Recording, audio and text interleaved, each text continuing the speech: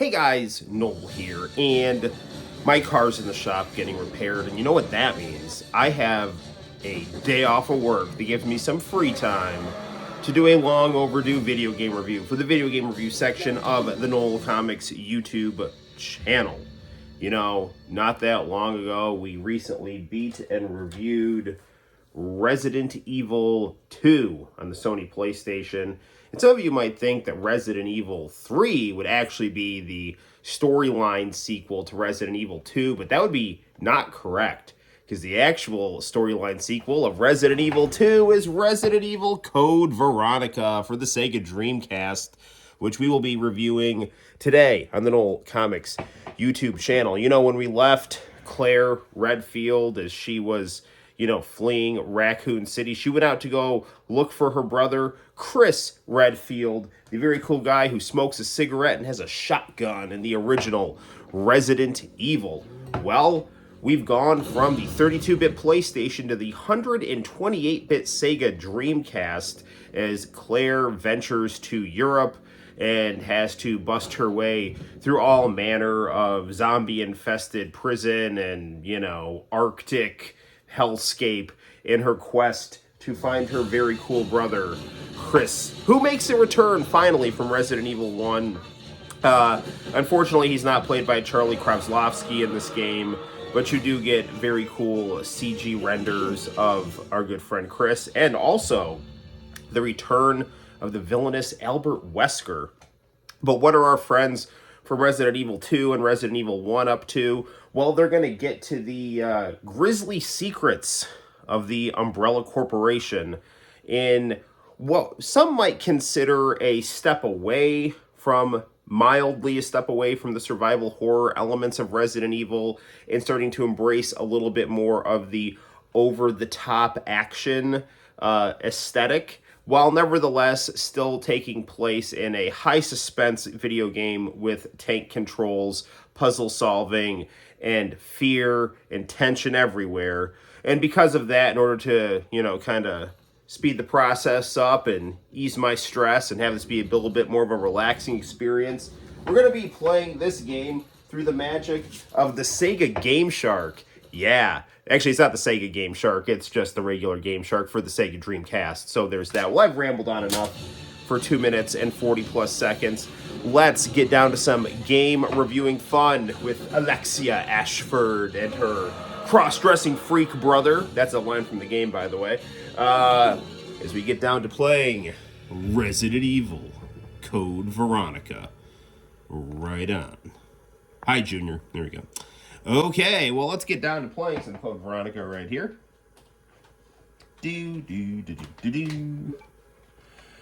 Okay, so this game takes place across 2 discs, and for the first portion of the game, you play as Claire Redfield. For the second portion of the game, you play primarily as Chris Redfield, and in typical Resident Evil fashion, you will make friends, lose friends, deal with random zombie infestations, and the deeper you get geographically, the deeper you get to the ugly truth of the sinister plotting and planning of the cold Umbrella Corporation and their indifference to humanity and their quest for money and knowledge. And as always, you're going to need an ink ribbon to save.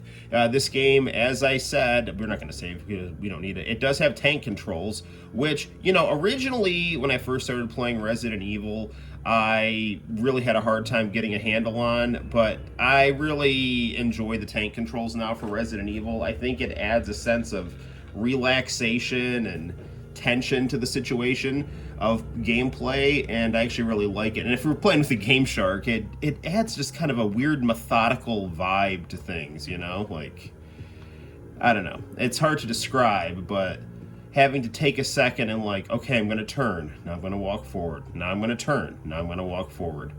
It adds kind of a sense of extra analytics to your gameplay experience. Now, since this is on the Sega Dreamcast, we don't have to have pre-rendered backgrounds anymore. Everything is rendered in full time, real time, I should say. Now, for me, that is actually a bit of a negative because I'm one of those few people that really likes pre-rendered backgrounds on video games like Final Fantasy VII, Final Fantasy VIII, Final Fantasy IX, Resident Evil 1 and 2. I think it adds kind of a richness to the backgrounds that you can't quite get with things being rendered in real time. But, and you could also say it might add a little bit more to the aesthetic, artistic sense to have these paintings that you're running around in front of. Nevertheless, I do enjoy the look of this game, although I will say I'm not a huge fan of the game's liberal use of clouds and fog in order to add atmosphere. The Dreamcast, especially going through VGA, which is what this game is going through, has such beautiful, crisp, clear graphics that is right up there with any professional video monitor you could have. But a lot of the time in this game, like you'll see right now, the colors are very dulled because they go for this wafting dust fog look, that you're getting right here. And I mean, to me, it's not like the end of the world.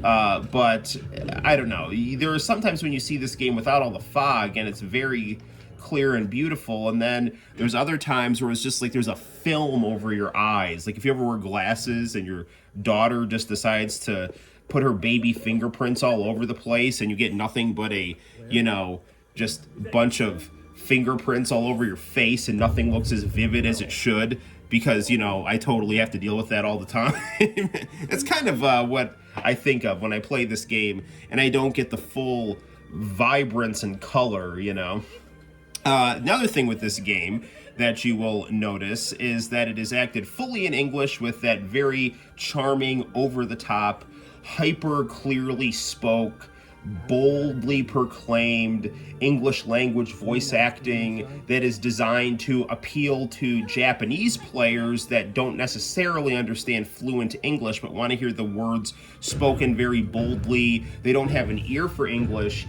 so what we would consider sounding awkward, people from other countries would consider sounding cool and exotic, and you definitely get that charm in this game.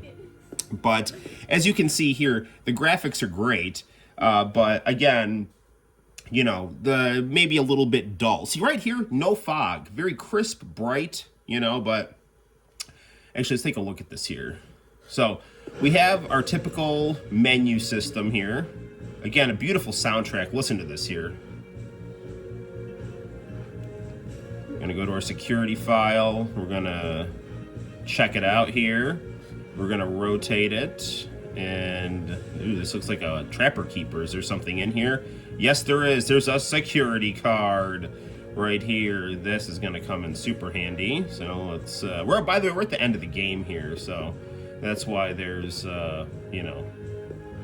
lots of crazy stuff going on here. Dead zombies, prisoners. Claire has a love interest named Steve. He kind of reminds me of Steve from Full House, crossed with Sean Hunter from Boy Meets World. He's likable. People think he's kind of a dork. I find his character fine. There's a couple of villainous twins, Alfred and Alexia. Alexia is going to be our final boss. She's very sexy and Mystique-esque.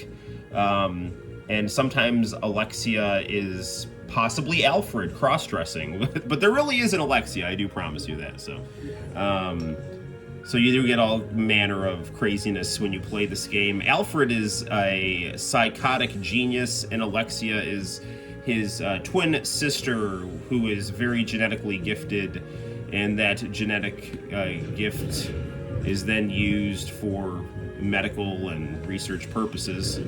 Die, zombie, die. All right. See, that's what I mean. You take a second, relax, aim your tank controls. But again, because I'm playing with Game Shark, this makes the tank controls more relaxing than stressful. But all right, let's go to our terminal here, and we're going to use our security card. And what are we going to put in this right here? We're going to enter our security code, And Merry Christmas, everybody. Hence the name of the game. It's Code Veronica. Archie's raven-haired girlfriend, Veronica.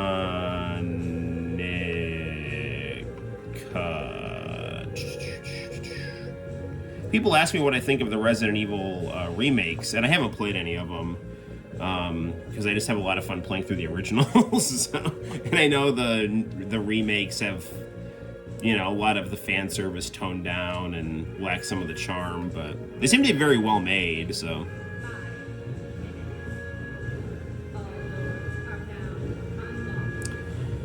So, as with the previous entries in the Resident Evil series, you know, when that self-destruct sequence starts playing, we're now dealing with the full fruits of the karma of our evil antagonists, as the world that they've created is literally blowing up around them. And we are stuck here trying to bring justice to the situation here. And here we get some full motion video that distinguishes itself from the gameplay of Code Veronica. And here is Alexia, all pretty and naked and plant-based. She's basically like Poison Ivy if she had translucent plant goo all over her because she was just birthed by a giant tree. That's what I call a biohazard. She's a very pleasant change of pace from the, you know, tyrants that we've had to deal with. She's kind of, you know, much more enjoyable to look at. Now, we've got to be careful here because this is the final boss, by the way. You got to earn the right to look at those plant boobs. We gotta be careful because she's gonna kill Claire. I'll keep her busy. Just go for the emergency elevator. Chris, I can take care of this. Chris and Claire are a very cool team. You have to make it. Don't die on me. Well, hopefully you're not gonna die here. Run, Chris, run! Don't touch my sister! No! There we go. I got her. If I didn't go fast enough, she was going to knock her off the edge. All right, wink, wink, thumbs up.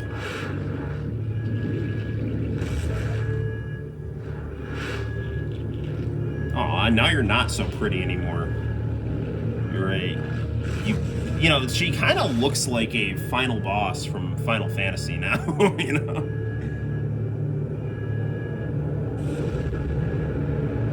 Classic Game Room did a review of this when it first came out in 2000, and they compared her to, they compared Nosferatu to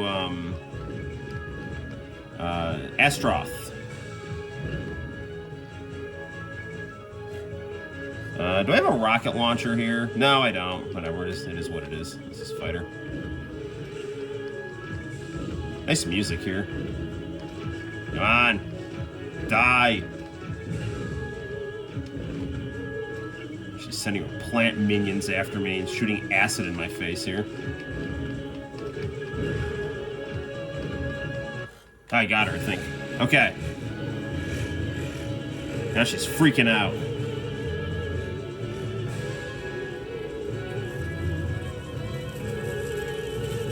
She's going to be helped by her lovable ant friends. Actually, I don't know what those are. Those are like zombie ants with wings. Those are the kind of things that will take over a public school if some kid leaves orange juice in their locker for too long.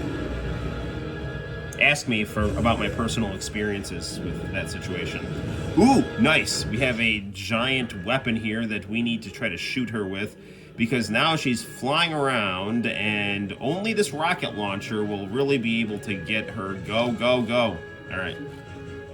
Ooh, yes, the linear launcher. I will happily take that. And let me make sure that's nice and equipped here. Equip. All right, let's rock and roll here. Where is she? Stand still. Stop shooting me with acid.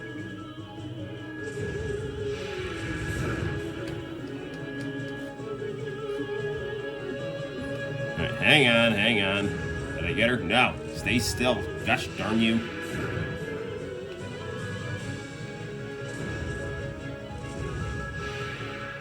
This is where that fog is not coming in handy. Stop going to the menu, Noel. Gosh darn it.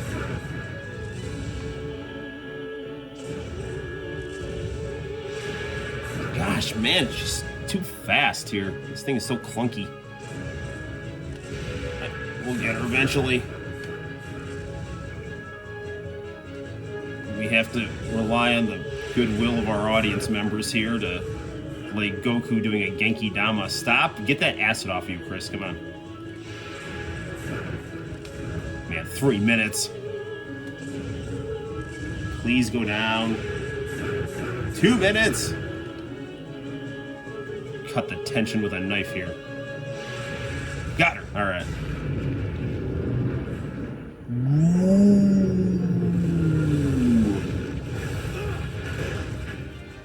It's like that one time in WCW where that bloodbath missed Kevin Nash. Yeah. Vince Russo, such a fan of dumping giant piles of blood on people. Chris, where are you? So spoiler, here comes the ending. If you don't want this 23-year-old game spoiled for you. But if you do want to see this game played on a Sony Trinitron VGA monitor in all its ending glory, stay tuned and enjoy. Chris! Hey, you know that I always keep my promises. Nice. It lightens the mood. Chris, promise me. Please promise that you won't leave me alone again. I'm sorry, Claire, but it's not over yet. There's still something we've got to do. You mean... Yeah, it's payback time. We've got to destroy Umbrella. Now, let's finish this once and for all.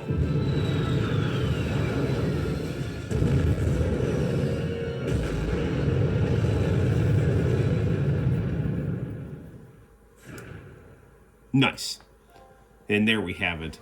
By the way, Umbrella was destroyed by a combination of Senate redistricting and stock market instabilities. It actually had nothing to do with Chris and, Chris's efforts. It's sad. No, I haven't played Resident Evil 4, but sadly, Umbrella just kind of implodes of its own corruption and bad PR. I love how these early Resident Evil games have this kind of samurai poetry of extreme violence and then easy listening jazz pop right here. This is very good stuff here. And it really adds a sense of aesthetic charm and just balance to make this game something other than just a grim, overbearing, muddy experience. You have survival horror tension and good storytelling mixed with upbeat 80s synth pop that really embodies the Japanese interpretation of Western pop culture and really takes it up to another level. So there we have it, guys. That is Resident Evil Code Veronica on the Sega Dreamcast. A game that I highly recommend, whether you want to relax with a Game Shark or just play it on its own. It is 2 discs and full of fun for the whole family, as long as the whole family is able to play rated M for mature games. So anywho, till next time, guys, my name is Noel. You take care, and I will see you in the very near future for more video game review fun and YouTube action. Bye-bye.